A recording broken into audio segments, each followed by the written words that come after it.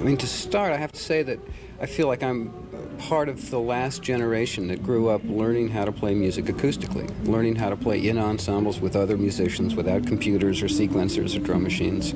I cut my teeth on jazz in acoustic ensembles. That was how I learned to play, and that's what I did at the start.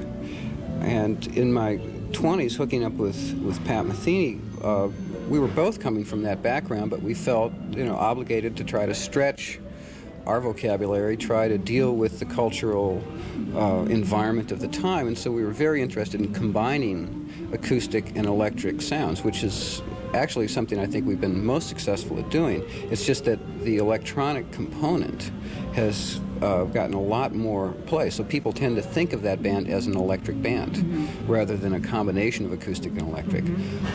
We think of it more as that combination. So playing all acoustically was for me more just giving more emphasis to the acoustic side. I've always played acoustic piano. All my solos on record, in concert, have always been on acoustic piano. It's not an instrument that's totally foreign to me. It's just that I've had to split up my time and sometimes my hands, one hand on the synth and one hand on the piano, so I've not been able to give it my full attention. So that, coupled with the fact that you're right, these tunes did lend themselves very much to acoustic treatments, and the main reason they hadn't been recorded until now is that they didn't fit into the concepts of the albums I had done, either with Pat or on my own.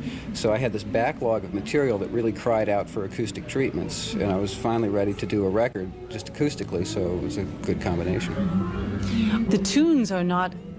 I mean, it's interesting because when I heard them, I thought of a number of composers who are working not with traditional forms, but more with a mood or a way of writing for their own voice. I think of Schofield, Jane Ira Bloom, and the tunes that she writes for her, they're really for her saxophone.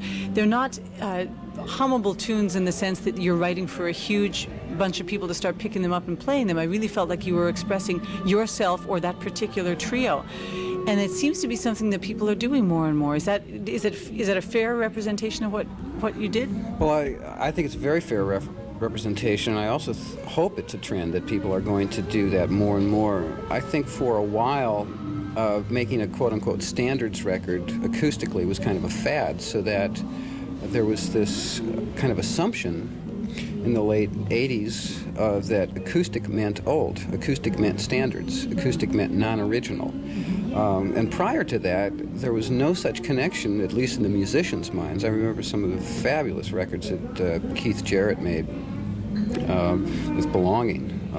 Just, really interesting acoustic music that was brand new, very challenging, very much, compositional in nature, and vehicles for great modern acoustic players, and I'd always admired that approach. I thought that while a lot of jazz was kind of floundering in a fusion kind of mess in the mid-'70s, Keith had, this very fresh-sounding group that was making some interesting music. So I was more inspired by that notion that you can take an acoustic ensemble and still challenge yourself, still come up with new music, still come up with something that's a vehicle for a modern way of playing, and with full respect to the tradition, but without any kind of self-conscious parroting of it. But of course, his work in that vein was before the sort of new religion of proving that you could play in the tradition, which now a lot of the young players, I guess after fusion, there was a real reaction and a swing back the other way, not only to playing acoustically, but to playing maybe some of the underplayed book, paying homage to under-recognized musicians. And so there really began to be a great trough into which people jumped or fell or were pushed, of having their tribute to Kenny Dorham or their tribute to Sonny Stitt or whatever, that it was that kind of looking backwards or moving backwards. It's a very astute assessment, and I think it's unfortunate. I don't feel that musicians of that caliber need to prove anything. And it's unfortunate if they feel they do, or it's unfortunate if critics are implying that they do. Somebody like Herbie Hancock, I think, has already more than proven that, he's done the hippest bop or post-bop playing around. There's just absolutely no need for any more proof from players at that level.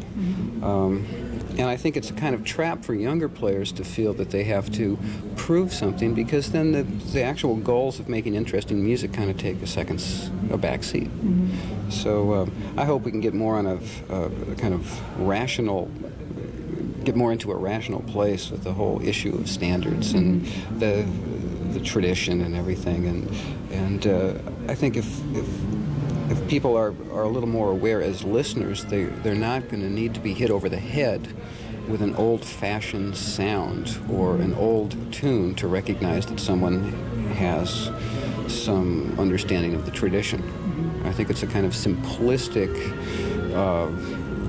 notion that we have to require a player to play an old tune in an old way to be able to say, yes, that person understands the tradition.